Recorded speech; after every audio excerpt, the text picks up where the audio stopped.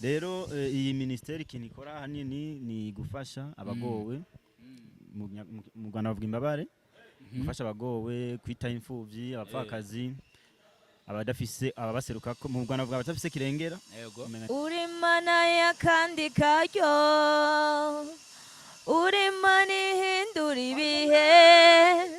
abatabizi nibaze ndababwire ingene yanjanye mu Rwanda bakobwa ariko bajye biga kuzifata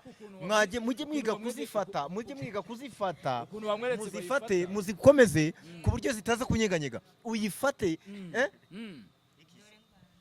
Oya nakubwiye ngo yifate uyumvirize uyikomeze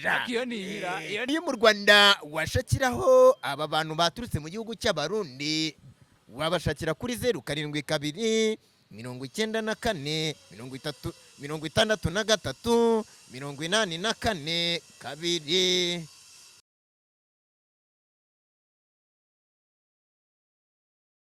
Eka twongere tubasuze bakunzi bacu ba 525 TV aho muherereye hose nizere ko mumeze neza ndambaze nk'umukono kuba bahise bakwangaje bakaguha akazi nanezerewe cyane banze ubabwira amazina ariko reka mwese mbaze mbasuze ngiye gusuza abakunzi bacu ba 525 aho muherereye hose Imana ibaho umugisha n'amahoro uno munsi rero umuhungu wanyu Onika Sombolo Sumba Boy hari utuntu arimo aratetse abantu ntibumva ko ari marakarangara yahirya akaranze inkoko atetse ariko boro zadanje kuri 525 arazitetse kabisa zirimo zirahumura rero nabaye ndiho mu gihe tugitegereje iyo projet we ntacyo nawe se kushoboye mumeze mute kwanza ndaho meze neza cyane ndashima Imana cyane bitarabaho meze neza meze neza cyane gose garagaza kamwenyu mugabo ugaragaza kamwenyu umbe uri umuturanyi oya nago ndi umuturanyi uri iki naje kubasura umuturanyi ngo ni umuhini mwana umuturanyi ni umuhini ngo ni umuhini umuhini uri abasekuza rero umuturanyi ubwo urabivuze yibuka umuhini ubwo ni umuntu basekuza umuhini uri abasekuza imyumbati basekuza imyumbati uyu nguyu yarivugira nawe umeze mugabo Ebana meze neza ndaho ndashima kabisa nawe meze neza nanjye meze neza ndabona ni 255 yicana ngo ni 255 oya yitwa 525 gatanu kuri gatanu 525 nanjye ngo 525 565 niko bivuga mu gifaransa ase naratangira ikiganiro ndi kubona mwese mwambaye ibintu bisa uramubonye komera sawa amatangira nyatete sawa zimya Keti bashobora mukunda Keti bashabe yanjye cyane umukundira iki Keti bashabe kera twese dukundana mbona nyine itunga hano iki cyuma cy'abazungu mwana ngo Keti bashabe mwarize gute Keti bashabe twese dukundana kera yaza kumbenga kuko Keti bashabe buri afungutse mutwe cyane kundusha we rero yabaye yarashamadutse arakora cyane atera imbere yewe nkikukuza nkicuruza avoka nkicuruza ibigori nkicuruza umusaturamano arakwibagirwa se umusaturamano ntago nawe ucuruje naba ngiye kwisebya noneho rero aranyibagirwa aragenda ariko Keti bashabe ubu mubajije mutunze mikoro yabivuga Keti bashabe afite umugabo nawe nzi mucirwaho na murongora kandi mwarahoze mukunda ntabwo mwakiyo harubwo ngize murongora twabibwirwa ni hawe narongoye ahubwo twibwirire byagenze gute nawe narongoye ariko rero aba bantu rero utababona gutya nabantu baturutse mu gihugu cy'ababanyi i Burundi nibo banyakiriye bakwakiriye hano mu Rwanda se cyangwa Burundi i Burundi bwa mbere njyayo bwa kabiri insubira njyayo nibo banyakiriye aba ni abarundi abavandimwe b'abarundi bajejo hashize rero uyu yitwa Emma wivuze se wakivangamo ibindi bintu bitajanye kwanza bakitanga kuza gutongoza oya tubwire cyane cyane mereye kuri ino myenda mwambaye n'ingofero ndabona ari ibintu bisa mwadusobanurira ariko mu mico y'ikirundi nazi no mu Rwanda nuko umuntu abanza kwivuga wariwe akaza kuvuga imyenda mu nyuma yego nayo oya se kazuba se katangiye gukora imyenda nitwa Karabo k'Imana ukubita umupira wowe Karabo nimba utangiye kurengera se kazuba nge ntago ni se kazuba ejo hari uwo twahuriye anambira ngo Kanyange ngo komera nge nitwa Karabo naga ari ako na Kanyange noneho rero uyu yitwa Emma. Uyu mukobwa nawe ni umusheri wanjye mushyashya w'Ibujumbura. Ako se ako ugira abasheri bangahe? Uno umusheri mushyashya w'Ibujumbura. Yitwa Letitia. Inde nta nubwo nose sheri wawe nta nubwo izina rye. Yitwa Parfait. Oya ntabwo uzi izina rya sheri wawe. Uretse mbaze ubwira. Aba baje bakubutse i Burundi kuri channel yitwa Tarsis Ministry TV. Abantu bajye bayirebe. Noneho TV byanditseho ko kutambiye. TV nago byanditse. Wewe ntabwo uri murareba neze kwambara barinete. Noneho rero nukuvuga ngo iyi televiziyo ni televiziyo iri muri company ikorera ubuvugizi cyangwa se ifasha imbabare, ifasha abababaye, abantu bafite ubumuga, abasangwa butaka, sinzi arye basangwa butaka basigaye bitangukira, I don't know. Vuga nawe hano imbabare ni iki ibikini nuko abarwayi umva reka manze misobanure neza yego nkuko babivuze nitwa Emma mbwa benshi banze izina rya Speedo Bakire nitwa Bakire Emmanuel Speedo nsanzwe ari nge ndi CEO w'i ministry yego Tarsis Hope Ministry kabifise na channel yitwa Tarsis Hope Ministry TV iyo kuri YouTube wagira search ukayibona. Mu buzima bwa misi yose sangwe ndi umutangazamakuru bavuga umutangazamakuru ino cyangwa umunyamakuru mu Burundi bavuga umenyesha amakuru mu Burundi bavuga umunyamakuru. Rero iyi ministeri ikintu ikora hanini ni gufasha abagowe mu Rwanda bavuga imbabare, gufasha abagowe kwita imfuvyi, abapfakazi, abadafise ababaseruka ko mu Rwanda bavuga abatafise kirengera umenga niko babivuga yego. Rero twaje ino mu Rwanda kugira ngo tuze guhita nko kwamamaza ino channel yacu kandi sinzi mu Kirundi cyangwa mu Kinyarwanda ariko babivuga kanyoni katagurutse nkamenya iyo bweze niko muvuga yego. Rero muri make nivyo byatuzanye ngaha tuje kumara iminsi itari mike ngaha tuzunguruka tuganira yewe Musanzwe muri make nivyo byatuzanye objectif ya channel yacu na ministeri yacu Tarsis Hope Ministry TV nivyo ikora nivyo ikora. Hama rwacu bururi kwisonga bararebye babona i Burundi channel zabo z'abarundi ntago zira boostinga cyane baravuga bati rero reka twisunga abastari bo mu Rwanda ubu noneho ubu kuri channel bagiye kubonaho ba super manager Tarsis Hope Ministry TV ndabeshya ba DJ Buriane barababonaho baje gukora promotion hano mu Rwanda ariko baraza gukoresha nabo bastari hano mu Rwanda abatumirwa bazajya babasanga i Burundi se cyangwa muzajya bitwaje amakamera barafite nuko batagendanye hano ariko n'iki kiganiro urumva hano hari kamera bazanye baraza gushyira iki kiganiro nabo baragishyiraho ubwo rero abastari bose bitegure Tarsis Ministry TV yahageze hano mu Rwanda baje gufata abastari bo mu Rwanda kugira ngo bakoreshe ko babonye ko abastari bo mu Rwanda bakoze umunwa. Ikindi tunamamaze ministeri yitwa Tarsis Ministry ifasha baba bayikorera hari Bujumbura mu Kinama kwibarabara rya 11 Quartier Gitega ego ako rero twaniganye jambo umuntu uyu mwari ariko wavuze wowe wavuze reka zuba se kutangiye kumwe karabo ka Yesu kari kose si ubivuga gutyo nyoko iyo ubivuga gutyo wari kubikira ushako nese kuri kumubyiga oya kuri kumubyiga ndakubyiga urese gato egegwa yi usko kuvuga byaye byamunaniye kwegera uramutinya oya ntabwo ndamutinya wenda ari ibintu bitaba bikenewe ebehe kugukoraho se kunkoraho se ubundi uwanje hari acafuha ari umuntu yatafuha yego ari umuntu kandi hano uri kumbwira ngo muraberanye da ego amfura we ako karabo ki warigaritse warigaritse reba umuntu uri bumoso bwawe ntigarika yewe zanya barundi nabazanye n'amakuru international Bujumbura ni umukobwa ukomeye aririmba karaoke aranaririmba komanda ndumva ibintu bigiye kuryoha izi ndimbo za barori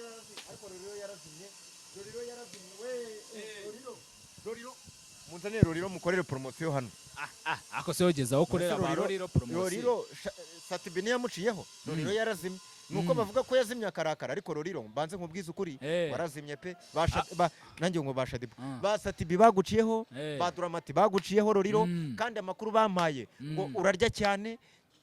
ngo ukunde akaboga ngo murwi wanyu ntihabura akaboga buri munsi ngo niyo mpamvu ikindi gushobora kubukunda igitsina Roriro ntago ari mwebwe mwabimbwiye niwe babikubwiye se Roriro uramuzi ndamuzi yego byari karavuga ntacyo ndabizi oya ase Karabo turaguha umwanya wawe reka mushiki wacu oya niwe dushaka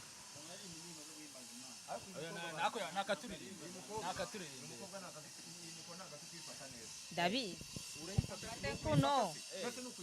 none se nikijumba abandi bazifata gutya abandi bazifata bate mwereke uko bayifata none se bayifata akamana bayifata bate ufata utya ako Karabo nagushobotse sister umusera tutubwire ngo bimeze bite ngo uraririmba ntabwo twije twumva uririmba bimeze bite yego murakoze ko mu mwanya ariko imbere yuko nishuri kibazo reka nangure nidondore nivuge ku mazina nitwa Parfait indutira byose hama witwa neza amakaraoke njya ndirimba si za ndirimbo z'isi tumenyereye bima amatwi nk'uko Karabo yabivuze ni indirimbo z'Imana ndirimba yego waturirimbiye akaririmbo gakeya kadushyira mu mwuka reba hariho n'akabeho kaducangamurire uri Mana y'akandi karyo uri Mana ihindura ibihe abatabizi nibaze ndababwire ingene yanjanye mu Rwanda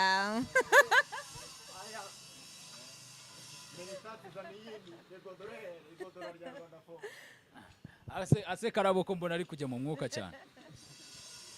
Karabo bimeze bite Karabo yaryohewe nsubiremo Karabo subiremo uri Mana y'akandi karyo uri Mana ihindura ibihe abatabizi nibaze ndababwire ingene wanyiyeretse Karabo niwongere kuvuga indimi mbabarire ariko sikayita jano kweli izi sikayita kuramo rinete urebe neza ariko niwongere kumukora ku itako diplomate indirimbo zagiye ako se we abanzi bose warababuze diplomate ngasiga acuza mu modoka hari yego ngasiga acuza mu modoka niko numvise fata mikoro yamfatiye abakobwa ariko bajye bika kuzifata mwaje mujye mwiga kuzifata muzifate muzikomeze ku buryo zitaza kunyeganyega uyifate Oya nakubwiye ngo yifate uyumve uyumvirize uyikomeze ja iyo ni inyikorosha ni kandi urabona afite ikiganza gitoya yala reka ngufashe sha reka mufashe hari amakuru twaherutse kubona ahubwo nari nibagiye kuyakubaza mbaza yura mu pasiteri uvuze indimi uhita unyibutsa ura mu pasiteri bita bishop uriya ngo afate umugore yambaye ubusa shangwa amufoteye igitsina kiri hanze mwana niwe se ntago ari umugore we ariko yafotoye ngo we uriya pasiteri ngo harera Imana n'umugore we ni inshuti zanjye rega kuko nigeze kujya kurimba y'Igisenyi bakoraga mu kigo cy'abasikuti hafi ya kiliziya ya ntuza y'umusigiti hariya bakoreraga Igisenyi mu mujyi rero ndabazi cyane uriya pasiteri rero ibintu bamuvuzeho byantunguye cyane n'ejo muri twahuriye hariya muri Ararume hariya ku Kagugu yahaje ajyayo yari yaje mu biganiro noneho njye natangajwe n'ukuntu ngo hari umugore ngo basikaminze ngo miliyoni 10 ariko ngo mbere yaho ngo bare bamufotoye ifoto yambaye ubusa ngo baramubwira ngo nubivuga ngo ifoto yawe ngo tuzayishyira hanze ariko nimba biriya bintu barabikoze nimba barabikoze sha umva nkubwire baba ari babi cyane baba ari abarozi aka amafaranga ari menshi oya baba ari n'abarozi babi none ibaze we n'umugore we ibaze diri yakozwe umugabo n'umugore none bakayikora basikaminga bitwaje izina ry'Imana nta nubwo ari ukuvuga ngo ni abagome ni abarozi baba ari abarozi baba ari babi cyane ariko hirya iwacu mu Burundi abapasiteri nabo babatekamitwe abapasiteri babatekamitwe babesha babura kuko nabo wari wabona se mu Burundi kaje nabo ndabona abanteka imitwe ntabyo nubwo ujya wumva abantu babivuga se ibyo abantu bavuga nabwo no biha agaciro ahubwo no agaciro ndamufashe niho no menya ati uyu unyarabikora kuko namwifatiye ahubwo rero nimba ushaka kugira ngo ntacyo no mwagiriza nimba ushaka kugira ngo agufate urabona nimba ushaka kugira ngo umufate ahubwo niwe wagufata akagufata akagutsindagira mu cyumba hariya mu cyumba akakumvisha reka mubaze mu Burundi n'abapasiteri babayo bavuga ngo uratanga ibihumbi 300 kugira ngo tugukorere deliverance jewe ubwanje nabo ndabona kuko nabo ndahura nabo kumbure hari abantu bamaze guhura nabo bamaze babibabwira kumbe je nawe ndahura nambwira uko umva madamu fata ya nkoko fata ya nkoko yavunitse ukuguru ya nkoko yavunitse ukuguru uyibage tumva nyoko umva ibyo nkubwira fata ya nkoko yavunitse ukuguru uyibage nazanye abashyitsi baturutse i Burundi mu kinama baturutse muri ministeri yitwa Tarsisi Ministry baje gukora promotion channel yabitwa Tarsisi Hope Ministry TV iyo nkoko uyiteke neza baruzotori ntibazi kuza mu rugo bataza kukuraho ukuguru kumwe bakakujyana urabyumva ema yashonje noneho arimo aribeta mu kiganiro akaririra hirya akarira ngo inzara ngo yamwishe ngo i Burundi ngo aba yariye ngo amasaha noneho ndi kumwe n'umukobwa hano yicanye n'umunyamakuru hano umunyamakuru ceka mbanze mvuge sorry noneho umunyamakuru umutsi wareze iyo mutsi wareze nyine yamubonye wa mutsi nyine wo hasi nyine tujya wumva ariko nawe ntukanje mu ijambo wa mutsi wo hasi ntago mvuga umutsi wo kwijosi sawa genda teke vuba ese ugira na madame komeza ikiganiro mwese ntamugira nabikubwiye mwese ntagira madame nese kara yego umugore wawe uramubwira ngo nyoko harya niko mvuze sorry ngo pyuziba sorry ubwo nibagiwe yega hari umuntu yibagirwa ugashiduka ijambo ryagiye uyu nguyu nawe nabonye abakobwa bamukunze aba bakobwa urabashyira he fasha nkwere nabaye bakobwa Shadi baraje agarukira hariya ahantu twari turi hano mu mujyi ngo nje kureba ngo ema rero niwe umuntu uhagarariye ikipe y'u Burundi ari ikipe ahagarariye ikipe y'umupira se ni ukuvuga niwe udiringa abakinnyi reka bitubwireho birambuye kwanza icyadushikanye ngasi by'umupira ariko gusa nsanzwe ndi muri message dongozi yaraje ngaha muri message dongozi hayo wibuka iza ngaha mu Kigali dongozi message football club duheruka ngaha mu kwezi kwa mbere twaje gukina na police sanzwe ndi muri message ndi umuvugizi ndi communication muri message hama muri ministry naho nababwiye ko ni CEO kuvuga hariho chief executive office haba hariho nundi twakwita nka manager canke boss hariho boss rero asanzwe hagarariye ministry nawe turanamusuhuje ko bavuga mu Kinyarwanda namaze ko umunyarwanda kaba mu Kirundi avuga turamuramukije ahari hose nibaza ko nikiganira za kukibona yitwa Tarsisi Manirakiza asanzwe aba hanze y'igihugu muri Amerika turamukije cyane kandi tunamushimira ukuntu abandanya akora kugira ngo ministry itere imbere niwe yatumye dushikana ngaha mu Rwanda niwe atanga uburyo aba yarose kugira ngo dushobore gufasha abatishoboye imfubyi abapfakazi ndetse n'abandi bose turarihira n'abantu baba bafatiwe nko mu bitaro ugasanga umuntu yagiye kwivuza akaburira yariha abo tugenda turabafasha nyine uko dushoboye tumushimira cyane kabisa hariho abantu mu buzima baza bakaguca intege mu gikorwa uri kurakora ariko nifuza kumusaba imbere ya kamera ntazocika intege naho azoza abantu bava hariya na hariya bamuca intege ntazocika intege azogume akora gushika kwihangiro yihaye hama ikindi nacyo kiretse ko klima yo ngaha mu Rwanda imeze nabi hari akabeho akabeho nakubise par rapport iki kiba kimeze neza umvise rero no mu Rwanda nahishimiye hameze neza pe hameze neza ubwa mbere ndahaje ariko uko umuntu ahaza agenda arahinduka ku munsi agenda ahinduka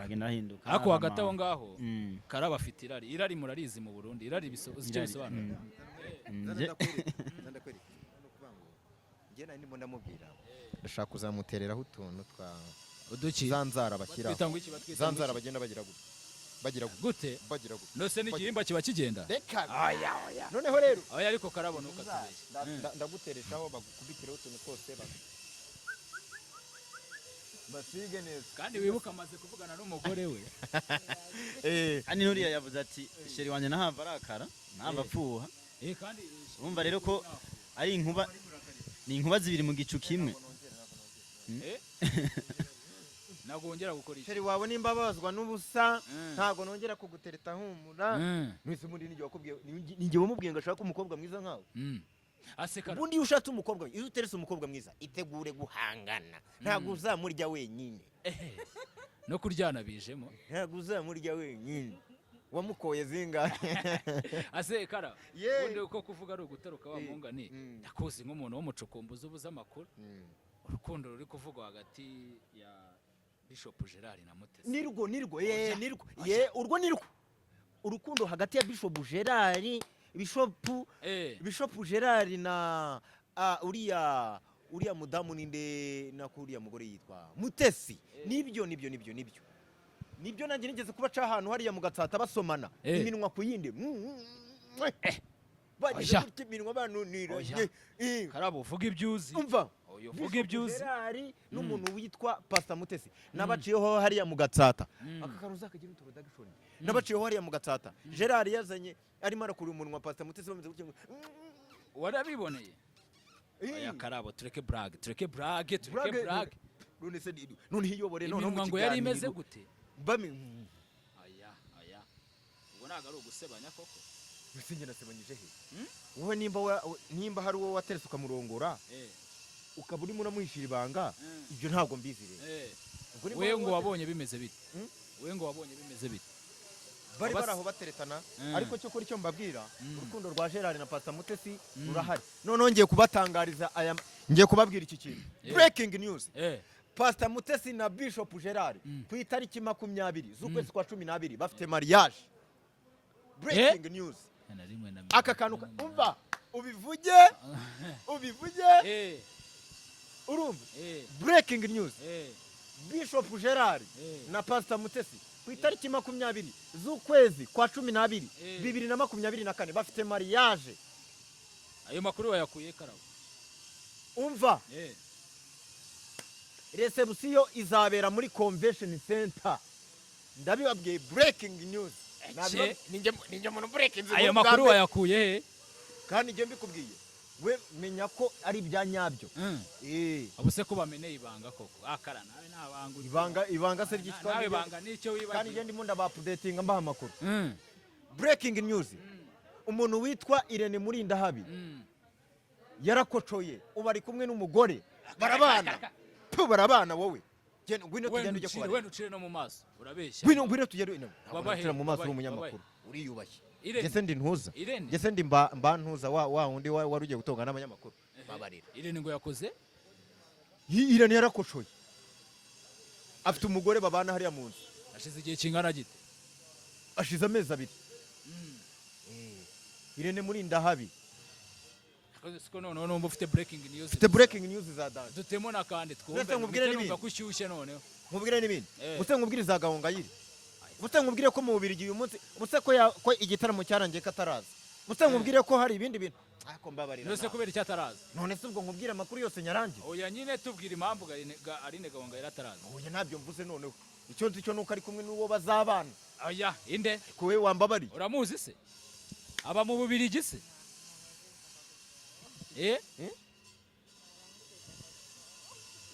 bakundanye nyamara bano bantu kabaye urabona batakundanye kabaye uyu mukobwa arimo arambwira ngo oya ngabonye Dramati hariya genda umusuze nacyo ngwino reka Emma bumuganiza mwereke Dramati oya wowe reka giye bumuganiza ho gatoya aganiza umunyamakuru yekuye umukobwa Dramati amusuze ari kumwe na Satibi baje Satibi ndaje shasheri ntabwo ndi semuhungu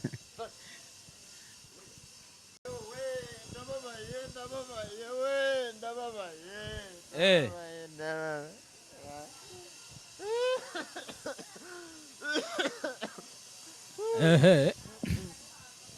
nuza uriya ari gusomye ninde karabo umukoreye iki uri gusomye ninde aze kara wo fuira n'umuntu musomye iminwa ku minwa niyo mpamvu iminwa yawe itosera yego niyo mpamvu iminwa yawe itose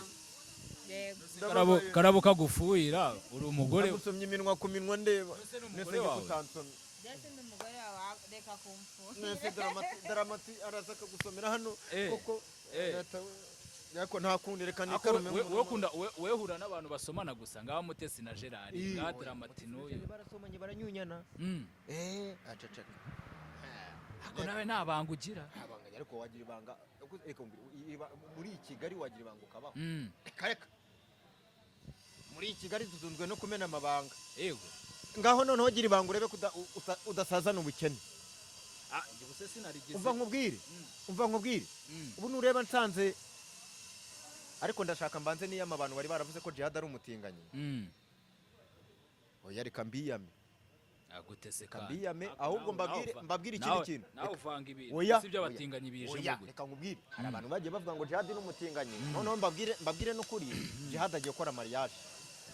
nawe agiye gukora mariage ni mariage gusa agiye Jihad agiye gukora mariage nawe se Jihad ni izina rya Yesu toka Jihad agiye gukora mariage n'umukobwa nkubwire umuntu bagiye kurongorana ufite ubwanwa oya ariko Jihad ntabwo ari umutinganyi Jihad agiye gushaka umva Jihad agiye gushakana n'umukobwa witwa Kwinica w'umuhanzi nyine breaking news bagiye gushakana kabisa ayo makuru ni ngiye yakubwiye bwa mbere bagiye gushaka ni wowe ahubwo ayo makuru wayakuye mwese Jihad na ubwo barabe neza ko n'abatacu bahuriramo birashoboka ako no mu Burundi ibintu by'ubutinganyi bibayo biravugwa ariko nta muntu biravugwa biravugwa tu biravugwa yuko by'abatinganyi bibaho mu Burundi ariko bon murabyemera se oya n'amategeko y'igihugu ntabyemera kandi nta bigaragaza ngo bajya habona ngo ni ibintu nyene wumva mu matwi bikugwa mu matwi nayo ndi bwo karabo nanjye sinzana babikuye numva yifashe ngo ibintu by'abatinganyi kandi shakara nawe mba mbona nkukeka ndagukeka umugabo ufite umugore gusa umugabo utakora ikosa ryo gukundana n'undi mugabo mugenzi we bo muri make ndaryoshye meze neza madamu wanjye uraryoshye mfite umugore uryoshye nako kaza komesha akugira abagore bangaye Keti Bashabe umusista inde ariko wumva ndashaka kuzashyira hanze muri iyi minsi abagore twateretanye muri showbiz ase komeruka kukubona wambaye taburiya wabaye muganga rya birase kari filime mba nakitinga ariko none hari filime igiye gusohoka kwa Regis nakitinzemo yakasa muto ya danger c'est très danger c'est très dangereux wapi ntabwo nari nzi gukora umurimo Emma warabizi sindabizi kuzi gukina ahubwo ndabizi gukina film kwemeza ko umuntu abizi gukina nuko muba mumaze gukinana reka mbaze bano bantu tugana ku musozo aryo n'umushingani TV bon twavuga ko ari nk'umushinga mu Kinyarwanda avuga umushinga mu Burundi avuga ishirahamwe nk'ishirahamwe ni umushinga ishirahamwe nababwiye yita imfuvyi abapfakazi turi ikibazo nashaka kubabaza ese hano mu Rwanda umuntu abashatse nihe yabasanga muri aka kanya abashatse ari kwa Karabo ni hehe sobanura neza ushaka kumenya aho aba bantu bari muri aka kanya hari n'abantu bifuza kuganira nabo nk'itangazamakuru mwabasanga kwa Ndimbati. Ndimbati niwo mushinga ntago ariho umushinga uri niho babaye bari niho babaye bari aka kanya ari nk'abanyamakuru bashaka kubakoresha ibiganiro baza bakabakoresha ibiganiro kwa Ndimbati cyangwa se hari n'abandi bantu bashaka connection i Burundi bababariza kwa Ndimbati. Kandi ikindi ndashishikariza abanyamakuru bo mu Rwanda kwegera aba bantu kubera ko bafite byinshi babaha connection. Cyo gihe muvuze ngo wenda mugize ko muri connected cyane wajya ugi Burundi bakakwakira bakakwereka uko akazi gakorwa n'ibiki natwe nkuko baje hano mu Rwanda twabakira twaba twaberetse amakonnection. Abarundi mwese hejuru cyane hejuru sister tutaragana ku musozo hari ikindi kintu wakongeraho ku ishirahamwe ryanyu? So nkuko Emma yabivuze ishirahamwe ryacu rijeje gufasha imfuvyi abafakazi banaonikora batagira shinge na rugero n'udutuyeho ikibazo tubwira ukuntu amerewe atari bwishoboze kujyana kwa muganga urashobora kumusapotinga bakamujyana kwa muganga. Ego ni Tarsisi Hope Ministry TV ikorera mu Kinama muri Gitega kuri 11 nimero 60 ahantu haraka hotel kitwa Chanceline Hotel ari hotel nziza ubyamo bwiza barabakira neza ni naho dukorera turi Burundi. Yego ngubwo dufite studio ya Danje mufite studio ya Danje akarabo yakubwiye bavugisha kuri nimero kugira ngo muri kano kanya turi ngaha umuntu afise WhatsApp yatuvugisha ku nimero mu Burundi yiwanje guteranya 2 5 7 71 23 15 11 se n'indi nimero yo ngaha mu Rwanda yivuge zose zivuge n'indi nimero ngaha mu Rwanda kubera twebwe abanyamakuru ahantu umuntu agiye abanza ku zivuge naribe abanza kurondera kuntu ashaka kuronka kunaguma akominika akominika zivuge subwo nibuze nimero yo mu Rwanda ndayifite nimero yo mu Rwanda ndumva twayibabwira nayibonye wayibonye ndayivuge mu Kinyarwanda cyangwa mu Kirundi ubwo wivuge mu Kinyarwanda mu Kirundi mu Kinyarwanda ndayivuge mu Kinyarwanda nta reka nyivuge mu Rwanda we yivuge mu Kirundi sibyo izana hano turebe iyi nimero yo mu Rwanda ndashaka kuyivuga neza uburyo buri muntu wese ahita avuga ati karabo muhayikira uzi ko bari ababizi Imana nero batandusha kwamamaza uretse nkwereke uretse nimero yo mu Rwanda washakiraho aba bantu baturutse mu gihugu cy'Abarundi wabashakira kuri 072 94 63 84 2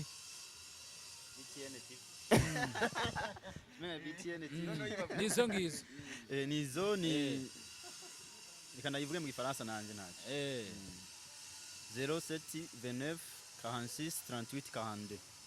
ubusa indwi 29 4 8 8 aho ne mu Kirundi niyo ndiko ndakoresha ngaha mu Rwanda simple call ya WhatsApp namaze kuyivuga niyo mu Burundi. Yego umuntu wese yadukeneye duhamagara kuri nimero hama tukaganira nimba ashaka ko tuganira tukiri ngaha nimba ashaka ko tuzoguma tuganira tugeze mu Burundi nta kibazo na kimwe kubera nta kibazo abaye bakobwa beza karabo wewe ngena namujana abakobwa bariyo ntago umusheri wawe uzamwanga oya nawe abantu tubabwire ngo iki kiganiro cyaryoshye bazokubita hasi telefone nanjye uvuga ngo zaryoshye ikiganiro cyaryoshye mujye kuri Tarsisi Hope Ministry TV mukore subscribe gende neza cyane